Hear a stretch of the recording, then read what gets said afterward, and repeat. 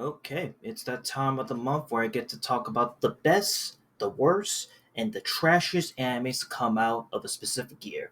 In this three-part series, I'm hopefully going to break down and talk about the worst animes of 2022 has to offer. So, yeah, if you don't know, this is a series that I've already started prior to when I did the best and the worst and the trashiest animes from 2020 and 2021, and a little update on those videos. So, obviously, I've finished them, I've posted them, you can reap it, weep it, whatever. I've actually made playlists now as a result. So now all the playlists, if you want to check out my thoughts and opinions of the best, the worst, and the trashiest animes from 2020 and 2021, they are now available on my official YouTube channel. You just gotta click on the playlist link and it will display every video that I talk about from those given years, respectfully. And I'm gonna do the same with 2022, and the next one, which I will be doing, just 2023, and then eventually a Redux overview of my best and worst animes of 2024 from last year. So, without further ado, let's get into the worst animes of 2022.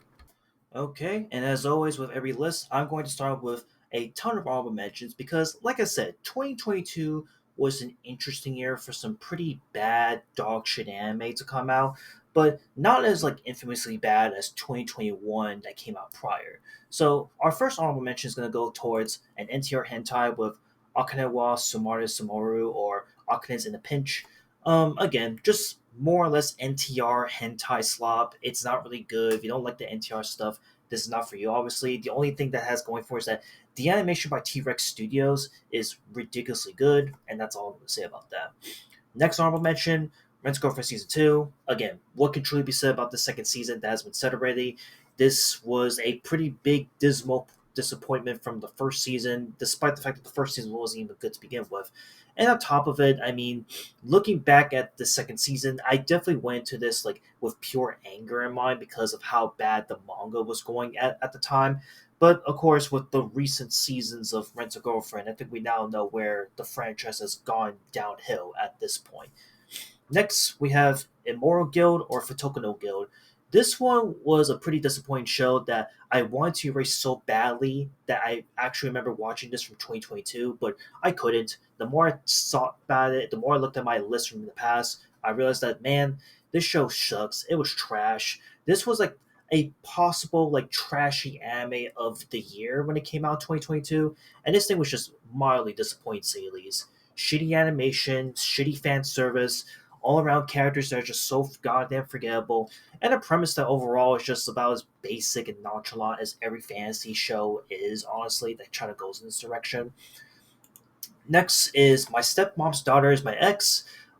This one was a pretty divisive one, to say the least. This is like gaslighting, but with siblings involved, but not really siblings involved. This thing was just really weird. Again, if you want to watch it for the sake of the drama, then by all means go for it. But this was just weird. This doesn't make any sense. And honestly, the premise, I completely forgot what the whole point of it. It's like, again, you can read the synopsis yourself if you want to pause it right now. But like, the premise was just not really good. It wasn't smooth of like how it progressed in the story, and that's all I'll say. Next, we have Shigemori's Not Just a Cutie. Again, I think already right off the bat, the moment people are seeing this, like, what the fuck? How's this bad? Look, all things considered, I am glad that Doga Kobo Studios is in a much better place now with the Oshinoko series. Let's be real here, right? But before Oshinoko came out, there was Shigemori's Not Just a Cutie, which was teased as like the next big slice of anime. It comes out, I watched 6 episodes of this, and it became the most boring slop ever. Like, again, don't get me wrong, the animation for the show is good, the music is amazing, the voice acting is incredible, but I can't get over the fact that the plot and the progression of said characters trying to eventually be together with one another is so one dimensional. It really is to this day. Again, I know that there are some Shikamori fans out there that defend this show to their life to this day, but this isn't it. This is just not one of them.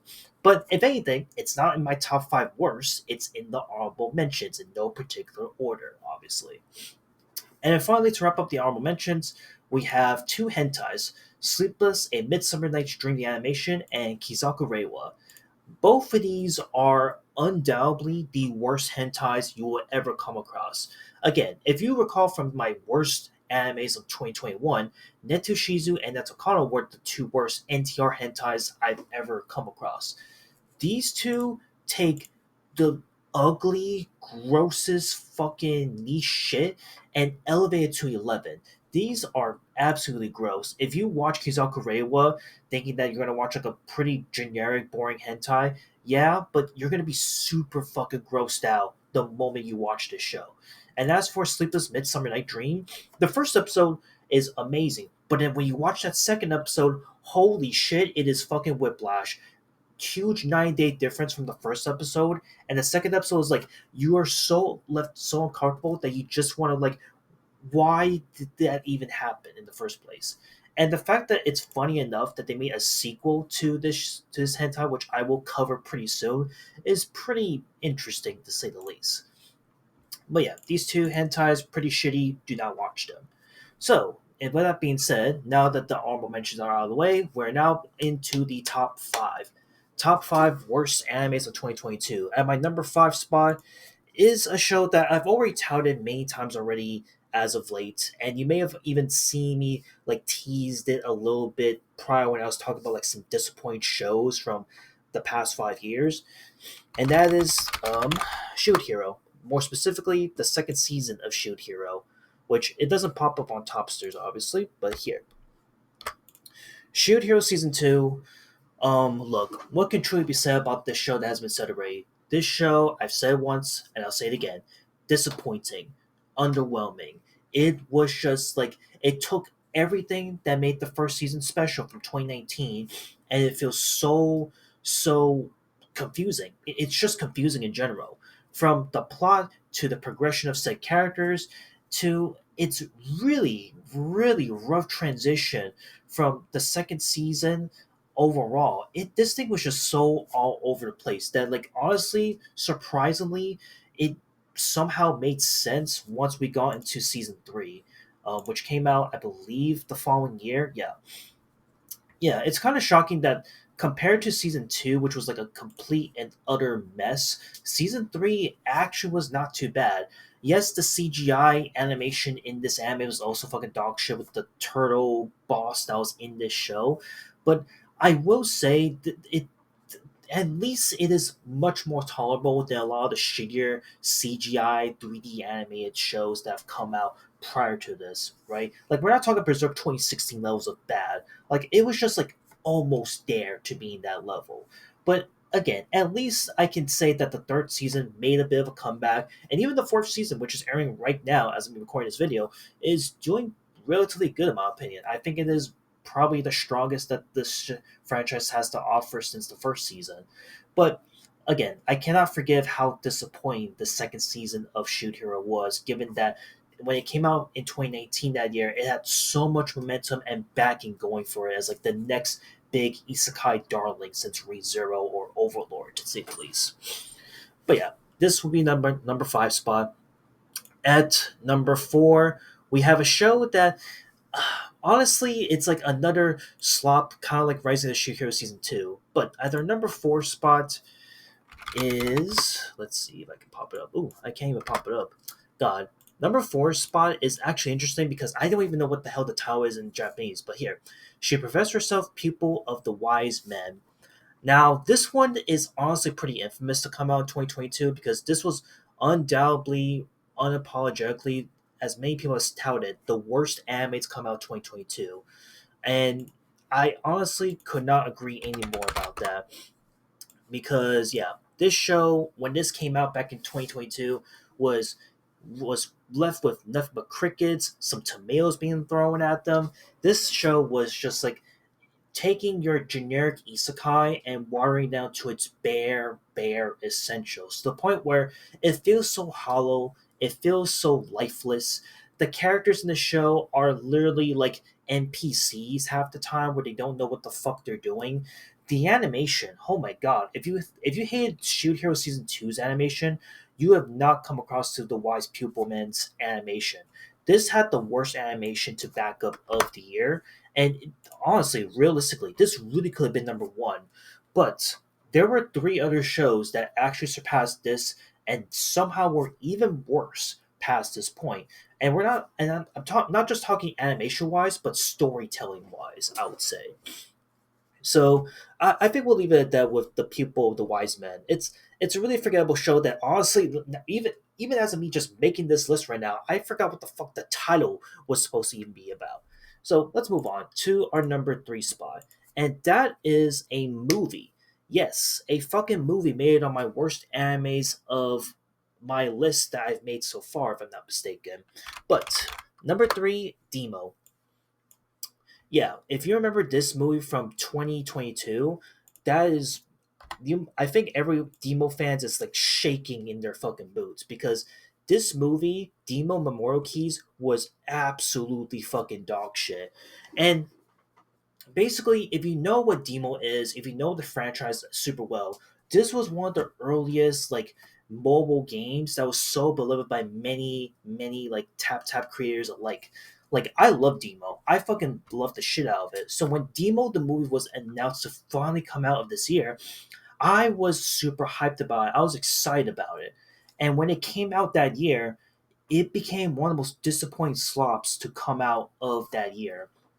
From its really questionable animation CGI that, again, I know I keep saying this a lot, that looks like Berserk 2016 levels of bad, to overall, like, even though there was some really good music and backing into this movie, it was so hard to absorb the Demo world that made Demo special in the first place if you played the mobile game itself. And overall, it kind of just flushed down the legacy of what made Demo such a darling in the first place, honestly.